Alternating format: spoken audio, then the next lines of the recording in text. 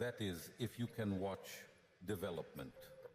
Recently, Mr. Trump has not yet reached his White House to his because many guests may not know that our White House is near us, where the government works, good decisions are made there, and different decisions are made there in Washington. So, he has already stated that if the BRIC states use or do not use the dollar, then he will introduce 100% duty against all these states. And this perhaps is one such threat to the state in general.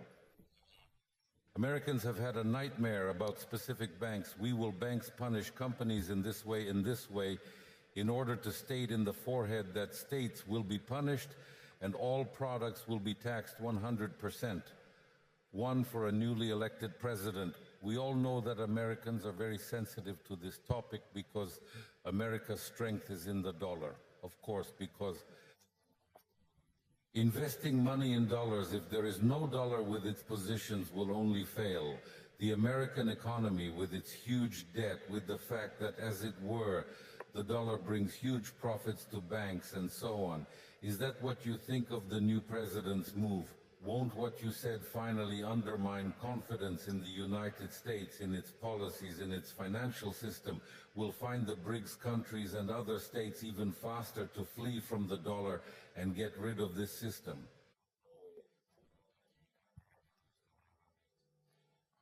First of all, I agree with you about the use of the dollar as the world currency. The United States has a lot of unearned money. According to our experts, somewhere in the last 10 years, they received approximately $10 trillion just like that from heaven for the facts of use. The dollar as the world's reserve currency, well, it's on bets, on placements in their banks there and so on. 10 trillion is decent. Very much it means that they consume more than they produce. This is a very important thing.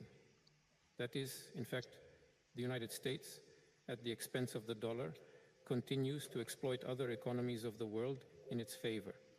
Few people think about it, but it is a fact. And on that part, I agree with you. It's one now too. You said that. The son of President-elect Trump has threatened that those who do not use the dollar, he will impose sanctions against them there and increase tariffs. As far as I know, he didn't say that. I understand that everything that has to do with the United States causes a certain reaction in us.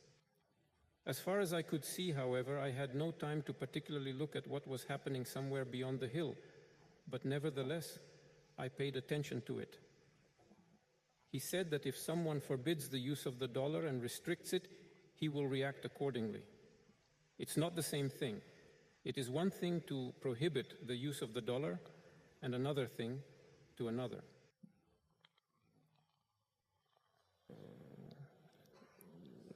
Don't use it, you know? These are different things completely, that's why. 2 to 3. After all, the newly elected president has not been in the same position for 4 years. During this time, changes have occurred in the economy, in the world, and in the American economy. His political opponents have done a lot to undermine the dollar as the world reserve currency. And first of all, they did it with their own hands, using the dollar as an instrument of political and maybe even armed struggle in order to cause damage to other countries which are still in power in the Soviet Union, but exist as their enemy. We have never considered them. They suddenly decided that we adversaries began to impose restrictions. And taking into account the fact that the share of SA in the world economy is decreasing, and therefore the influence of the dollar on world economic processes is also decreasing, processes associated with the use of other instruments naturally occur. For example, on Bitcoin, who can ban it completely? No one AA. The use of other electronic means of settlement, who can ban anyone? because these are new technologies, and whatever happens with the dollar, these tools will evolve one way or another because everyone will strive to. Reducing costs and enhancing reliability is an unavoidable process that must be navigated. Lee Detain has nothing to do with it at all, but if there is a further continuation, reducing the use of the dollar in the world and with their own hands. They will, of course, undermine the basis of their economic power. That's pretty obvious. I completely agree with you here. Ultimately, here we are at last. We never declined the dollar. Did we reject it? No.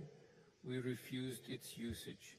Yet we refused it, and they acknowledge they struggled and confronted the inherent issues of the dollar itself. Now it's crucial to contemplate our next steps. All of this stems from a confidence built through exclusion. This is equally unacceptable in the economic realm.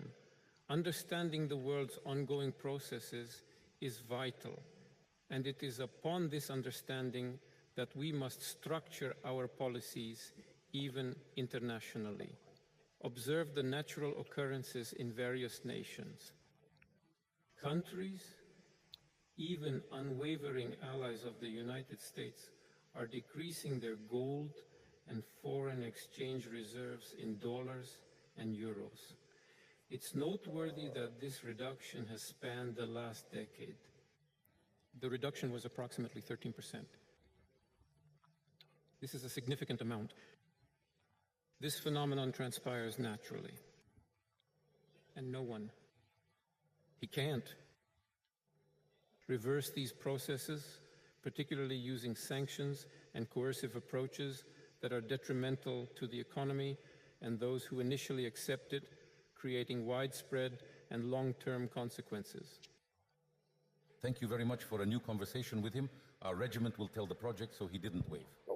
A person who has advice and recommendations is activated. I didn't need it, okay?